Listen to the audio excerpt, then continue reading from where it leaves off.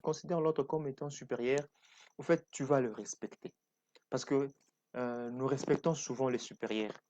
Nous respectons les gens euh, qui ont de l'autorité. Nous respectons les gens qui ont le pouvoir. Nous respectons les gens qui ont l'argent, qui ont la richesse. Nous respectons les personnes qui ont la voix. Mais si aussi tu commences à considérer ton conjoint comme cela, ça va vous faciliter la tâche, ça va faciliter cette collaboration. C'est très important, très très important pour votre couple.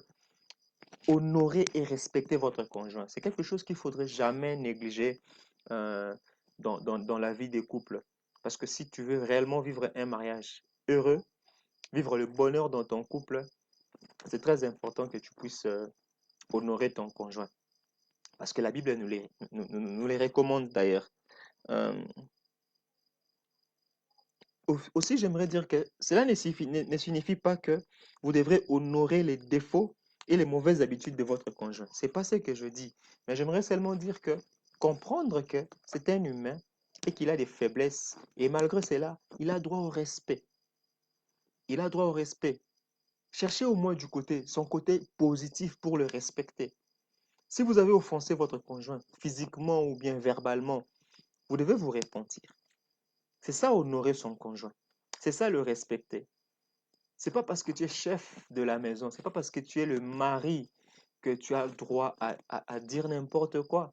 C'est pas parce que tu es l'homme de la maison que tu as le droit à dire n'importe quoi. Tu dois honorer ton conjoint, tu dois le respecter, il doit se sentir aimé par toi, considéré par toi. Vous devez vous humilier devant Dieu quand vous faites quelque chose de mal contre votre conjoint. Humiliez-vous devant Dieu. Allez demander pardon. Bien entendu, vous devez aussi vous excuser auprès de votre conjoint. Vous savez qu'il est parfois difficile de dire des phrases telles que je suis désolé, pardonne-moi, j'ai mal agi, j'ai été offensé, je m'excuse pour mon langage. Ce sont des termes qui sont vraiment difficiles quelquefois à prononcer. Et très souvent, on a toujours tendance à, à, à chercher à se justifier, à avoir raison. Mais ce n'est pas ce que la Bible nous recommande. C'est pas ce que la Bible nous recommande. Pour que le mariage soit heureux, pour que tu vives réellement un mariage heureux, bien aimé, dans ton mariage, fais un effort d'honorer ton conjoint. Ma sœur, honore ton mari, respecte-le.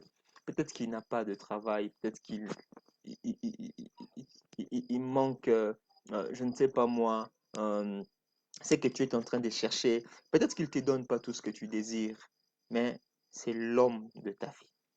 Alléluia. C'est l'homme de ta vie.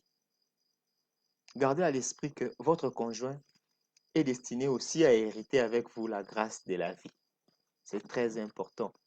C'est très important. Ne regarde pas son niveau d'études pour commencer à les minimiser. Ne regarde pas ses faiblesses. Ne vois pas comment euh, il n'apporte pas le pain à la maison. Peut-être parce que les temps sont difficiles. Peut-être que c'est un chômeur.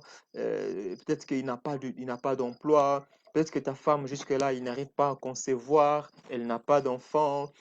Tu la traites de stérile. Tu lui dis des mots tels que tu ne sers à rien, tu me donnes pas d'enfant et tout.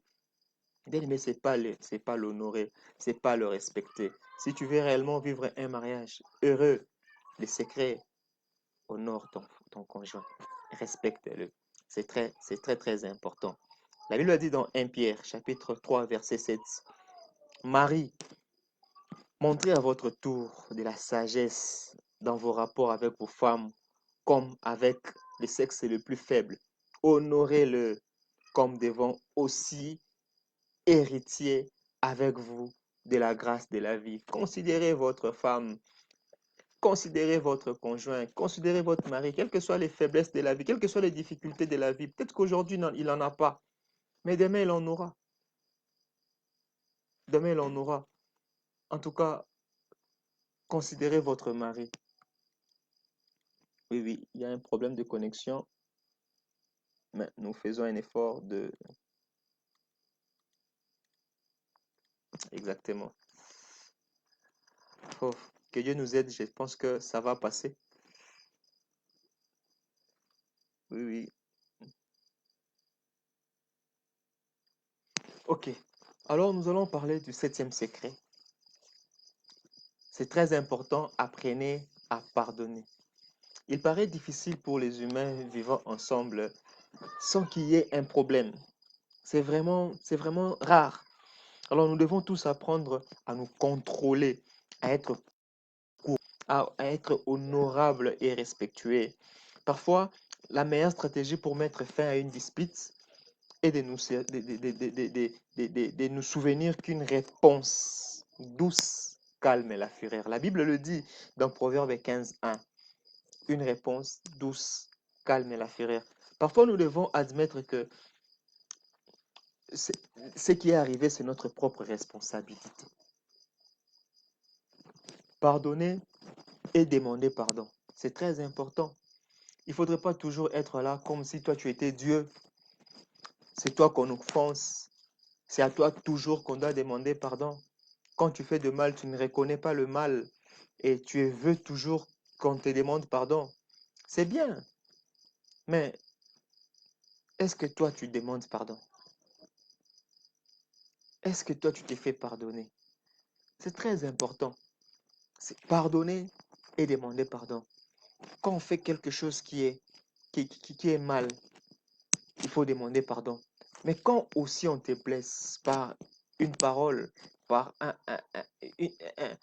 quelque chose, je ne sais pas moi, une action que ton conjoint peut poser, et quand il revient pour demander pardon, pardonne aussi. Hein? Pardonne aussi. Comment est-ce que toi tu veux qu'on te pardonne, toi tu ne veux pas pardonner? Souvenez-vous de cette formidable instruction donnée dans la Bible. La Bible dit dans Éphésiens 4, verset 32, soyez bons les uns envers les autres, compatissants, vous pardonnant réciproquement comme Dieu vous a pardonné en Christ.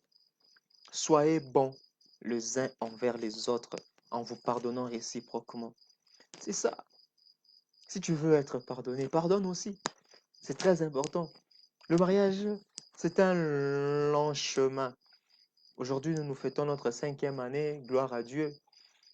Mais sans le pardon, pensez-vous qu'on allait tenir jusqu'aujourd'hui? Sans le pardon, pensez-vous que vous allez vivre un mariage heureux? Parce qu'au fait, vous n'avez pas marié un ange, vous n'avez pas marié un Dieu, vous avez marié un homme qui a des faiblesses, un homme qui est faillible, un homme qui peut vous faire du mal, qui peut vous blesser. Mais si vous n'arrivez pas à, à vous pardonner, vous n'arrivez pas à demander pardon, pensez-vous que votre mariage va tenir? C'est très important que vous puissiez pardonner et que vous soyez euh, aussi en train de demander pardon à chaque fois que vous sentez que vous avez mal agi. Ça va nous aider à vivre un mariage heureux. Le 8e secret, c'est très important aussi, très très important. Je l'appelle les CAD. Je ne sais pas si il faut l'appeler, c'est QAD. Les CAD, c'est comme ça que je les nomme. Quitter, s'attacher et devenir. La Bible dit dans Éphésiens chapitre 5 verset 31. C'est pourquoi l'homme quittera son père et sa mère et s'attachera à sa femme et les deux deviendront une seule chair. Bien-aimé, qu'est-ce que cela veut dire? C'est un secret qui est vraiment indispensable. Si tu veux vivre un mariage heureux, si tu veux vivre le bonheur dans ton mariage, bien-aimé, il faut quitter. Il faut s'attacher et il faut devenir. Si tu ne quittes pas, tu ne t'attacheras pas. Si tu ne t'attaches pas, tu ne deviendras pas. Il faut quitter émotionnellement, physiquement, ta famille. Tu dois quitter, tu dois te séparer de ce que tu avais avant, séparer de tes parents. Tu dois quitter même les lieux d'habitation. C'est très important. Au fait, je ne condamne pas ceux qui se sont mariés et qui sont encore dans leur maison, dans la maison familiale. Ça peut être momentanément, ça peut être pour une circonstance quelconque. Ça peut arriver. Mais ce qui est intéressant, c'est que même si vous habitez dans la même cour avec ta famille, mais mentalement, tu dois quitter. C'est très important. Si tu ne quittes pas physiquement, quitte quand même mentalement. Les situations financières, les situations de la vie peuvent faire en sorte que tu as du mal à quitter physiquement. Peut-être que tu étais même quitté, mais vous avez rencontré des problèmes dans votre couple, des difficultés, une perte d'emploi ou bien décès d'un enfant ou bien vous avez perdu un être cher, alors vous vous êtes rentré. Oui, rentrez physiquement, mais ne rentrez pas mentalement. Ne rentrez pas socialement, ne rentrez pas émotionnellement. Vous devez quitter. Un homme quitte ses maris à sa femme, il doit oublier. Maman a dit, ça n'existe pas. Il ne faudrait pas commencer avant de prendre la décision dans ton couple, dans ton foyer. Tu dois aller demander l'autorisation à papa. Qu'est-ce que papa pense de ce que tu feras de ta femme? Qu'est-ce que papa pense de ce que tu feras de ton mariage? Bien aimé, là, tu n'as pas quitté. Là, tu n'as pas quitté. Il y a d'autres personnes qui peuvent quitter physiquement. Il s'est marié, il a même voyagé. Mais avant d'agir, il doit composer le numéro de son papa. Il appelle pour demander qu'est-ce qu'il doit faire. Pour parler avec sa femme, pour prendre une décision qui concerne leurs enfants, qui concerne le deux, c'est d'abord, attends que je vais appeler maman. Bien aimé, les deux conjoints doivent quitter. C'est très important. Les deux conjoints doivent quitter. L'homme doit quitter, la femme doit quitter. C'est alors que vous allez vous attacher. Alléluia. Si vous ne quittez pas, vous ne saurez pas vous attacher. Et quand vous vous attachez, c'est pour devenir. Attacher, ça veut dire quoi? Attacher, ça veut dire que chacun avait sa manière de voir les choses. Chacun avait sa façon de faire des choses. Mais parce qu'on est devenu, on a quitté, on s'attache et on marche ensemble. On ne peut pas quitter pour que chacun puisse prendre son chemin. On ne peut pas quitter pour que chacun puisse aller dans sa direction. Mais on quitte pour s'attacher. Alléluia. On quitte pour s'attacher. C'est très important, bien aimé. Il faut quitter pour s'attacher. Et quand on s'attache, c'est pour devenir une seule chair. Quand on s'attache, on devient. Quand on s'attache, on se ressemble. Quand on s'attache, on communique. Quand on s'attache, on devient solide. C'est très important. Si tu n'as pas quitté, tu ne sauras pas t'attacher. Si tu ne t'es pas attaché, vous ne deviendrez pas. Vous allez voir un couple qui a fait autant d'années ensemble, qui se sont mariés ensemble, mais qui ne sont pas heureux, tout simplement parce que l'un d'entre eux n'a jamais quitté. Tout simplement parce que bien qu'ils ont quitté, mais ils ont du mal à s'attacher. Quand il faut sortir, c'est l'homme qui part d'abord, la maman va suivre après. Quand il faut, il, il- il- il- il faut, je ne sais pas moi, même quand ils sont dans leur chambre, c'est qu'il y a l'autre qui fait autre chose, il y a l'autre qui regarde à droite, l'autre qui regarde à gauche. Au fait, ils ne sont pas attachés. Il n'y a pas l'attachement, il n'y a pas un lien qui les unit. Et je m'excuse, quand vous n'êtes pas attaché, comment vous allez devenir une seule chair? Parce que vous devez au finish devenir une seule chair. C'est ça qui apporte la complicité. C'est ça qui va faire que vous puissiez être solides et que votre mariage puisse durer. Donc, c'est très important, le huitième secret. Quitter, s'attacher et devenir.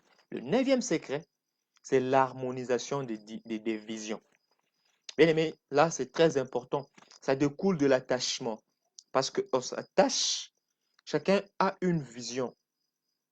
La chose la plus difficile à faire, si cela n'était pas fait dans le fiançailles. Pendant les fiançailles, si vous n'êtes pas bien fixé votre vision, vous aurez du mal, surtout dans les premières, deuxième, troisième années dans le mariage. Il y aura toujours un peu des incompréhensions, tout simplement parce que tu seras toujours en train de dire que non, non, elle ne me comprend pas. Elle sait pas ce que je dois faire. Elle, toujours en train de vous accuser de temps en temps. Toujours en train de vous accuser de temps en temps. Mais si vous, vous avez passé des temps ensemble dans les fiançailles. Vous vous êtes fixé la vision. Il faudrait que, la Bible dit que la femme est une aide pour son mari. Bien aimé, on aide toujours quelqu'un qui fait quelque chose. Comment tu veux qu'on puisse t'aider? Tu as besoin d'une aide alors que tu ne fais rien. C'est là pour dire que l'homme doit avoir la vision. Au fait, les deux peuvent avoir la vision. Mais il faudrait que vos visions puissent être harmonisées. Vos visions doivent aller de pair. Si vous avez des visions contraires, vous aurez du mal à marcher ensemble. Vous aurez du mal à vivre heureux dans votre couple. Je prends l'exemple d'un couple où l'homme, sa vision, c'est vivre à l'étranger. Euh, pour lui être heureux, c'est passer sa vie, par exemple, en Amérique du Sud. Je prends l'exemple. Mais alors que la femme, depuis qu'elle est née, elle n'a jamais eu même l'intention de quitter ce pays. Elle n'a pas ça. Sa vision, c'est pas ça. Elle a ses projets à réaliser au Congo. Elle a des projets. Elle sait qu'elle peut bien vivre que si elle reste au Congo. Alors, vous pensez que ce couple-là sera heureux s'il arrive à se marier? Alors, c'est très important d'harmoniser vos visions. Il y a toujours une manière, il y a toujours une solution pour chaque problème. Dieu est là pour nous aider à trouver des solutions à nos problèmes. Bien aimé, tu peux marier quelqu'un. Au début, là, les choses ne marchent pas. Je prends l'exemple de David, le roi David. On peut lire 1 Samuel, tout le chapitre 11. La Bible nous montre comment est-ce que David a vécu avec la femme d'Uri. L'histoire, nous le connaissons bien. Ce n'était pas une femme de sa destinée, au fait. C'était David était déjà marié, mais pendant que il a été frappé, séduit par cette femme, Bathsheba, la Bible dit qu'il a fait tuer son mari et il a récupéré cette femme. C'était un mariage.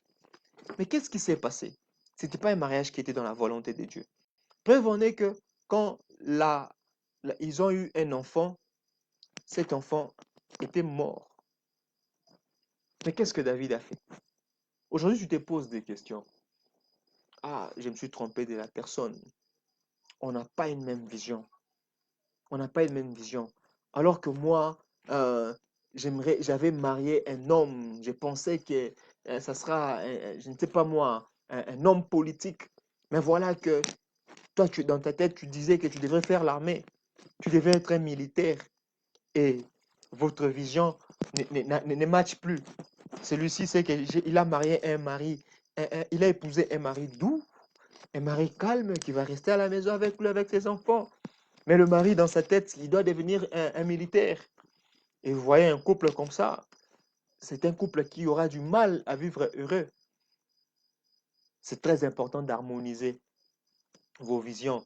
C'est très important de vous mettre ensemble, de parler sur ce que vous voulez de votre mariage, d'harmoniser ce que toi tu veux, ce que je veux. Bon, qu'est-ce que nous pouvons faire ensemble? C'est très important. Sinon, il y aura du désordre dans votre couple. Sinon, l'homme veut, la femme ne veut pas. L'homme veut, la femme ne veut pas. Moi, je veux voyager. Non, moi, je ne veux pas voyager. Non, moi, je vais avoir 4 enfants. Alors que la femme dit, moi, avec 2, ça suffit. L'homme dit, non, non, moi, quand j'étais marié, je m'étais dit que je devais avoir 7 enfants. Nous, on est nés dans ma famille, nous sommes qu'à 3. Moi, je dois avoir. Vous voyez ces incompréhensions? Ce qui fait que vos deux visions ne se marient pas. Mais vous êtes quand même mariés. Et le divorce n'est pas une solution. Le divorce n'est pas une solution. Rentrez auprès de Dieu comme David l'a fait. David est rentré auprès de Dieu. David a demandé pardon à Dieu. Allez dire à Dieu, Seigneur, on a fait des choses sans pour autant te consulter. Mais voilà, nous ne voulons pas divorcer. Aide-nous. Seigneur, aide-nous. Le Saint-Esprit va vous aider. David a été récupéré. C'était pratiquement un nouveau mariage avec Bathsheba. Il est sorti de cette union, le roi Salomon. Et nous connaissons ce que Salomon a fait. Et c'est la lignée même de Jésus. C'est que il y a un moyen de réparer, il y a un moyen d'harmoniser. Alors, c'est un secret très important. Il faudrait harmoniser vos visions afin que vous puissiez marcher ensemble. Euh, pour terminer, le 10e secret, c'est encore très important, c'est celui de prier ensemble. Là, c'est top. Il faudrait prier ensemble. Bon, c'est possible que vous puissiez avoir un conjoint qui ne craint peut-être pas Dieu, qui n'est pas chrétien.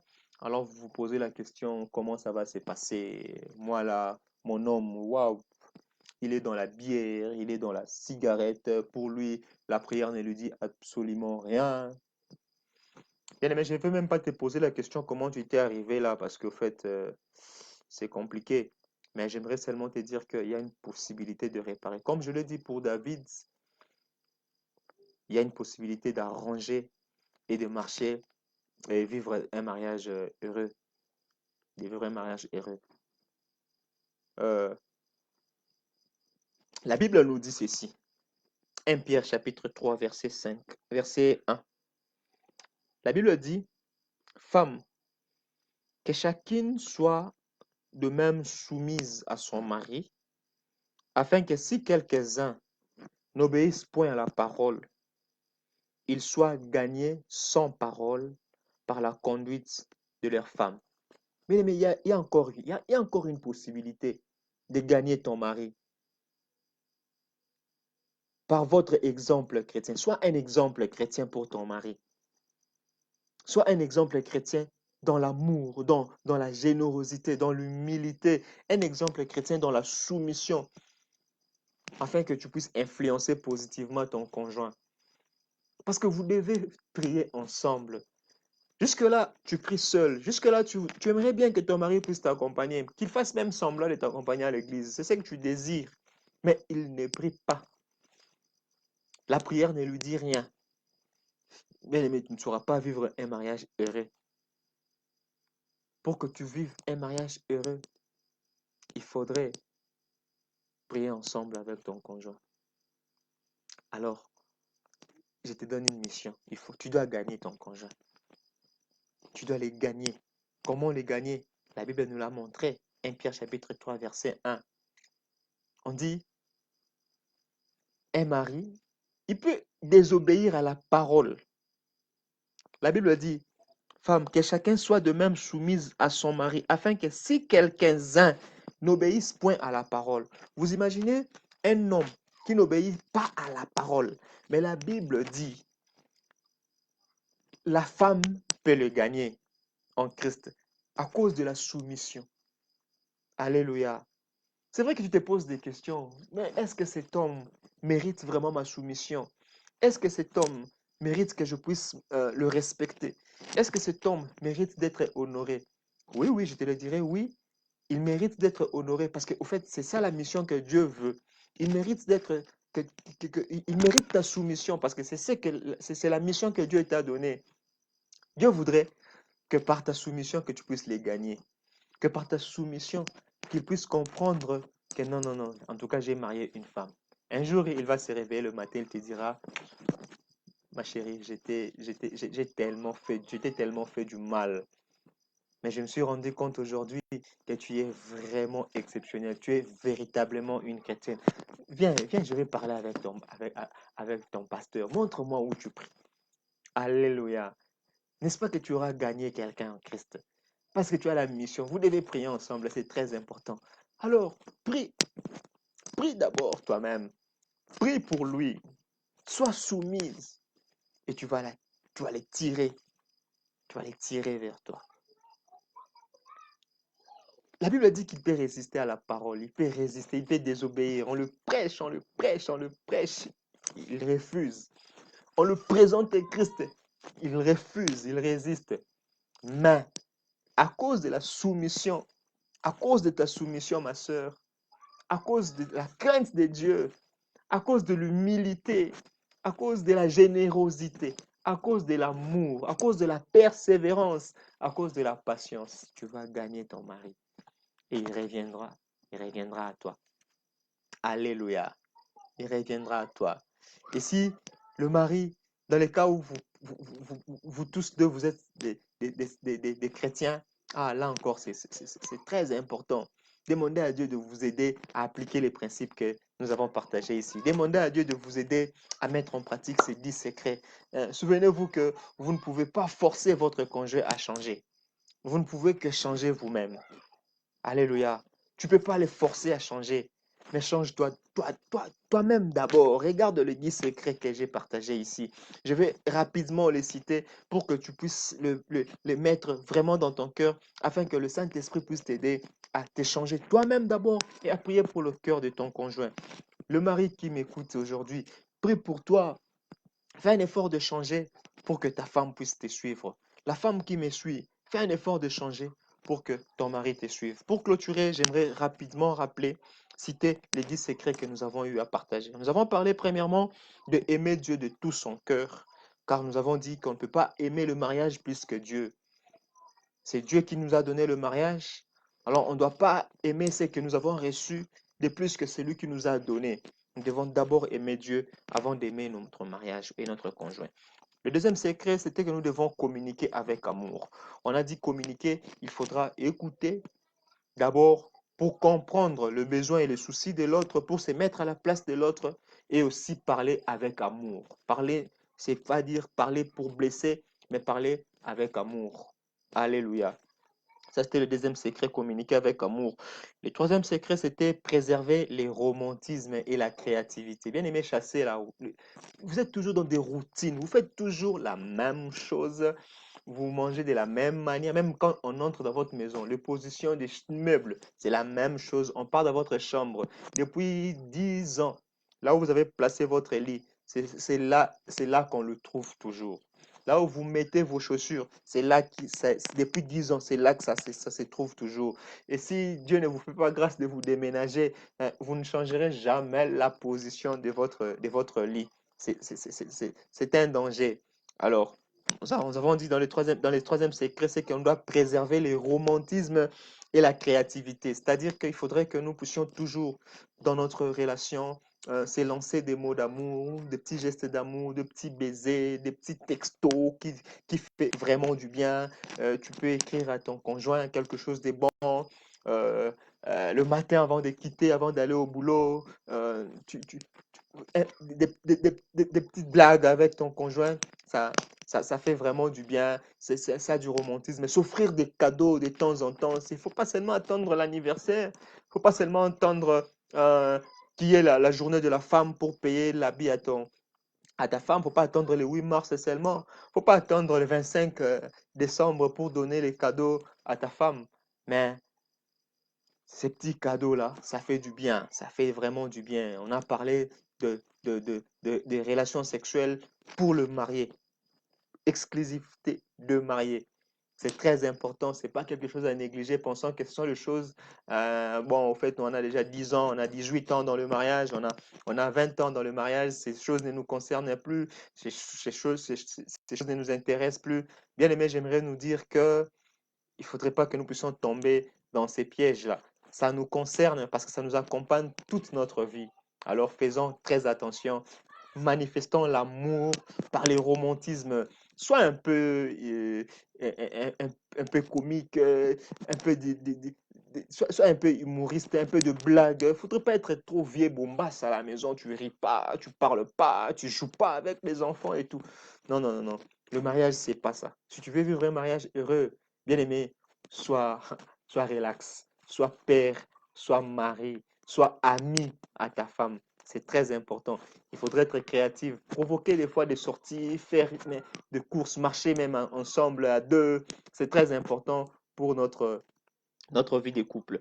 Le quatrième secret, nous avons dit qu'il faudrait donner 100% de vous-même à votre conjoint.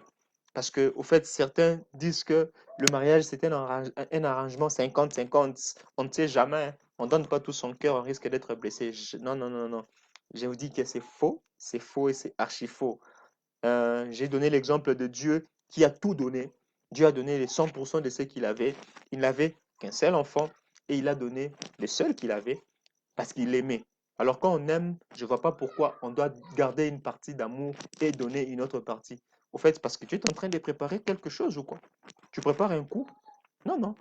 Offre-toi, offre-toi. Bien aimé, offre-toi. Investis dans la totalité dans ton mariage. S'il faut aimer ta femme, aime-le. Aime-le. S'il faut aimer ton mari, aime-le.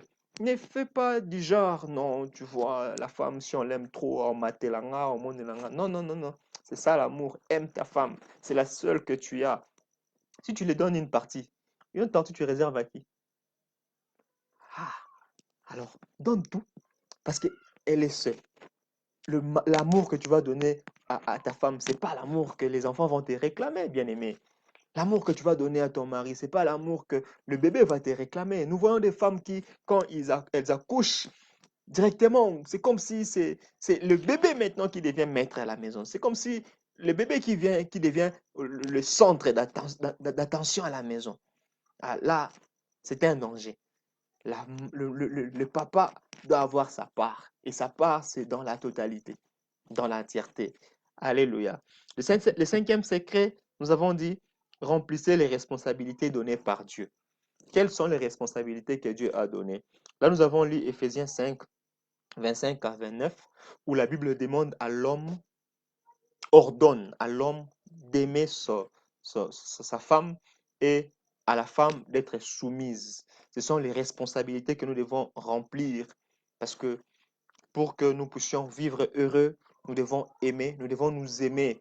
Mais quelque chose de très important que nous avons relevé là, c'était par rapport à se soumettre, aimer, remplir les responsabilités. Là, c'est qu'il faudrait aussi se soumettre. Il faudrait pas seulement attendre qu'on te soit soumis, mais aussi il faut soumettre parce que la Bible nous a montré dans Éphésiens 5, verset 20 au verset 21, que nous devons nous soumettre les uns aux autres dans la crainte de Christ. Alléluia. Là, c'était le cinquième secret. Le sixième secret, c'était honorer et respecter votre conjoint. S'il y a de l'estime envers votre conjoint, vous allez vivre le bonheur dans votre mariage. On a dit que il ne faudrait pas attendre que ton mari soit riche. Il ne faudrait pas attendre que ton mari ait de l'argent. Il ne faudrait pas attendre qu'il puisse avoir, je ne sais pas moi, un grand poste pour qu'il soit respecté. Ton mari a besoin de ton respect. Ta femme a besoin de ton respect. C'est pas parce que tu es le chef de la maison que tu dois dominer sur ta femme, que tu dois marcher sur ta femme, tu dois l'écraser. Non, non, non, non, non. Il faudrait que nous puissions nous respecter mutuellement. C'est très important pour que tu puisses vivre un mariage heureux, pour que tu vives le bonheur dans ton mariage. Tu dois apprendre à respecter ton conjoint. On a dit aussi que c'était important de reconnaître le mal que nous avons commis et de s'excuser. Alléluia. Septième secret, c'était apprendre à pardonner. Apprendre à pardonner. Ici encore, on a parlé de, de, de, de, de comprendre pourquoi c'était important de pardonner, parce que, au fait, si nous ne pardonnons pas, on n'aura pas aussi le pardon. Si tu ne pardonnes pas ton conjoint, tu l'emprisonnes dans ton cœur, tu t'es fait prisonnier toi-même. Alléluia. Alors, on a dit qu'il faudra demander pardon. Il ne faudrait pas faire l'orgueil. Il ne faudrait pas faire le grand. Il ne faudrait pas faire le plus fort. Mais il faut s'humilier et demander pardon. Mais pas seulement demander pardon, mais aussi quand toi, on te les demande, il faut aussi pardonner. Ce sont des points que nous avons relevés pour le secret 7. Le huitième secret, nous avons dit qu'il fallait quitter, s'attacher et devenir. On a nommé ça les cadres. C'est très important, quitter, s'attacher et devenir. On a dit qu'il faut quitter physiquement, mais aussi émotionnellement et mentalement. Parce qu'il y a des personnes qui ont quitté physiquement, qui habitent chez leur mari, qui ont une maison en dehors de la maison familiale, mais ces hommes-là n'ont jamais quitté parce que émotionnellement, mentalement, à chaque fois qu'il faudra agir dans son couple, il appelle d'abord papa. Quand il faut prendre une décision, c'est d'abord papa, c'est d'abord maman. Les enfants, les maris bébés, les maris qui continuent à recevoir des ordres de leurs parents pour qu'ils puissent agir. Alors, nous avons dit qu'il faudra quitter. Quitter, c'est-à-dire que si tu vas partir passer nuit, je ne sais pas moi, sous une tente, quitte. Mais aussi, les problèmes de la vie peuvent faire en sorte que tu te retrouves encore chez vous, bien que tu t'es marié. Ça peut arriver, que vous êtes même parti, mais vous avez rencontré certains problèmes de loyer et puis vous rentrez.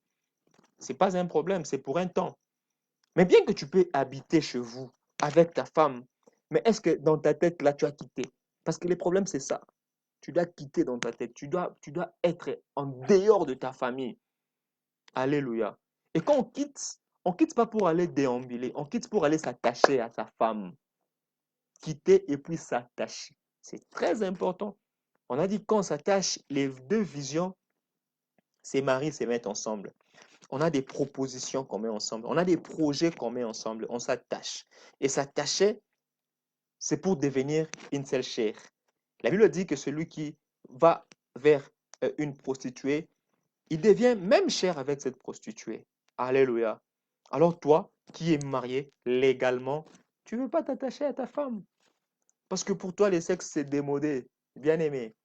Et yo, c'est très important. Ce que je vous dis, c'est très important. Attache-toi à ta femme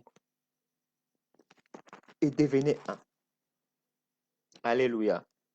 Et le neuvième secret, on a parlé de l'harmonisation des visions. On a dit qu'il y a certains couples qui n'ont pas bien, qui se sont pas bien fixés la vision pendant les moments des fiançailles, parce que c'est le meilleur moment où on parle sur ce que nous voulons devenir, de ce que nous voulons de notre mariage. Et peut-être par ignorance, peut-être qu'on n'a pas été enseigné ou aussi par hypocrisie, parce qu'au fait, il y a certaines femmes qui cachent certaines personnes, pas seulement les femmes, ils cachent ce qu'ils ont réellement, ce qu'ils sont réellement, et quand ils vont, pendant les fiançailles, et quand ils vont se marier, alors il y a une nouvelle face qui sort. Alors, ça va vous empêcher de vivre heureux dans votre mariage. Vous pouvez avoir des discordances, vous pouvez peut-être pas avoir des avis qui marchent ensemble, mais c'est très important de prier que le Saint-Esprit puisse vous aider à harmoniser vos projets, à harmoniser votre vision. Et pour terminer, le dixième secret, c'était que nous devons prier ensemble. Nous devons prier ensemble, c'est très important parce que nous avons tout par la prière. La Bible dit, Paul dit dans Philippiens chapitre 4, verset 13, je puis tout par celui qui me fortifie. Alléluia. On a besoin de la prière pour vivre un mariage heureux. Le numéro un, c'était aimer Dieu de plus que tout. Le dernier, c'est prier ensemble avec votre conjoint. C'est alors que vous aurez ce que vous désirez. Je n'ai même pas parlé de la richesse. Parce que pour être heureux, c'est pas être riche. Pour être heureux, c'est recevoir de l'amour, c'est recevoir de l'attention, c'est vivre ces choses. Ça va, ça va t'épanouir, bien-aimé. Ça va t'épanouir. Je, Aujourd'hui, on s'arrête là. Dieu aidant, on va encore se rencontrer. J'ai béni Dieu pour ta participation. J'ai béni Dieu pour le temps que tu as de suivre ces temps. En tout cas, que Dieu, des moments, euh, soit celui qui va vraiment te faire du bien, que tu vives un mariage heureux, que tu, que tu vives un mariage béni, que toi qui es en train de chercher un conjoint, je prie que l'Éternel puisse attirer vers toi la personne idéale, la personne qui va t'amener dans la joie de vivre. Vous savez, il y a d'autres personnes qui découragent les autres, d'autres à se marier tout simplement parce qu'eux n'ont pas rencontré des bonnes personnes. Ils ont des expériences macabres dans le mariage et ils ont du mal à encourager les autres à se marier. Moi, je te dis ce soir, le mariage est bon. Les personnes ne peuvent pas se décourager. Si tu veux vraiment te marier, prie Dieu, il va te donner une bonne personne et l'Éternel va te faire du bien. Alléluia. Pour vous qui êtes mariés, que Dieu vous bénisse. Je sais que peut-être que vous êtes plus expérimentés que nous, vous connaissez plus que nous, laissez quelque chose dans le commentaire. Nous allons essayer de partager. S'il y a aussi des questions, vous pouvez les glisser là-bas. Nous allons essayer de répondre à ça. Que Dieu vous bénisse. Nous allons prier pour terminer notre moment d'enseignement. Seigneur, nous te bénissons, nous te rendons grâce. Toi, le Dieu qui a permis que nous puissions passer ces temps, te bénissons parce que ton Esprit Saint a été à l'œuvre. Te bénissons parce que tu as touché le cœur de cette personne qui est en ligne, qui a suivi cet enseignement. Laisse que les paroles qu'il a entendues puissent créer euh, quelque chose dans son cœur afin qu'il puisse vivre réellement heureux.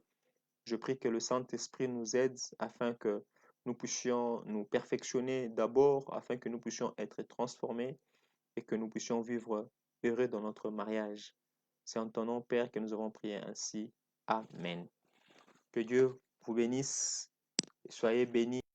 Bonne soirée à tous. Bye bye.